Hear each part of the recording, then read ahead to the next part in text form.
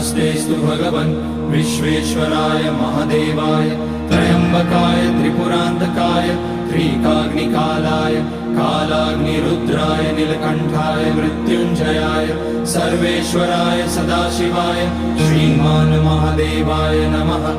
ॐ नमः शम्भवाय च मयोभवाय च नमः शङ्कराय च मयस्कराय च नमः शिवाय च शिवतराय च।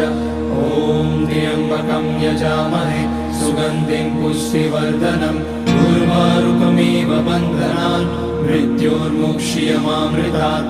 नागेन्द्रहाराय त्रिलोचनाय भस्माङ्गराय महेश्वराय नित्याय शुद्धाय दिगम्बराय तस्मै नकाराय नमः शिवाय।